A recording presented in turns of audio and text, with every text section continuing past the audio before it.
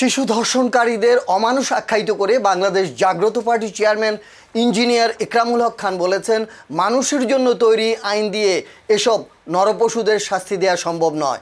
সুতরাং এসব পশুর জন্য প্রয়োজন প্রকাশ্য দৃষ্টান্তমূলক শাস্তি এবং পৃথক আইন।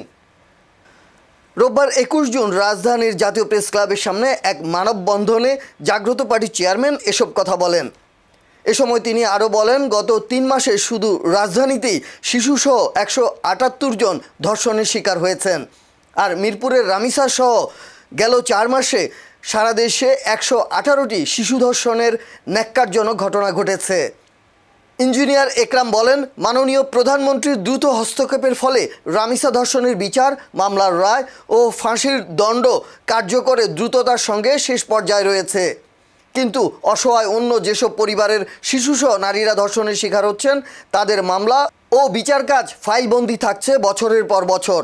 সুতরাং সকল ধর্ষণকারীর দৃষ্টান্তমূলক শাস্তির জন্য দরকার প্রকাশ্য দণ্ড, আর এজন্য প্রয়োজন পৃথক আইন।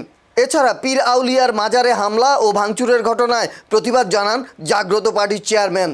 মানববন্ধনে আরও উপস্থিত ছিলেন জাগ্রত পার্টির ভাইস চেয়ারম্যান নাসির উদ্দিন মুন্সি, উপদেষ্টা এইচ.এম. রাকিব, দপ্তরের দায়িত্বপ্রাপ্ত দলীয় মুখপাত্র কাজী শামসুল ইসলাম ও মহিলা নেত্রী সুলতানা ইতি সহ আরও অনেকে। হযরত শাহজালাল রাদিয়াল্লাহুকে বাদ দিয়ে আপনারা শাস্তির ব্যবস্থা করুন। আমি জানি মাননীয় প্রধানমন্ত্রী আপনিও মিলাদ কিয়াম করেন, আপনিও মাজার জিয়ারত করতে যান। মাজার জিয়ারত করলে ফায়দা আছে, রুহানি ফজিলত পাওয়া যায়, সেটা আপনি আইনগুলো এই সমস্ত অমানুষদের জন্য প্রযোজ্য হতে পারে না।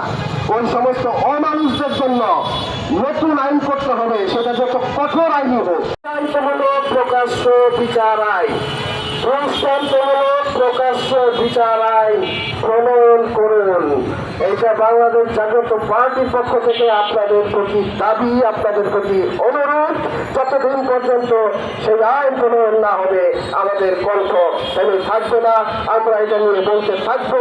আমরা রাজপথে মানববন্ধন করবো, রাজপথে মিছিল করবো এবং প্রয়োজনে টিভিতে টকশো করবো, যতদিন পর্যন্ত সারা দেশে শিশু ধর্ষণ বন্ধ না হয় আমরা ততদিন পর্যন্ত থামতে পারবো না।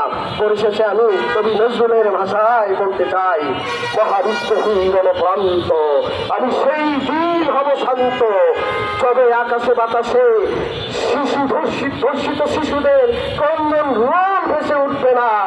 যতদিন বাংলার জমিনে ওই সমস্ত নরপশু শিশু ধর্ষকদের চিহ্ন রয়ে যাবে, ততদিন মহাবিশ্বহীন ক্লান্ত আমি সেই দিন হব শান্ত তাদেরকে উৎখাত করার পর।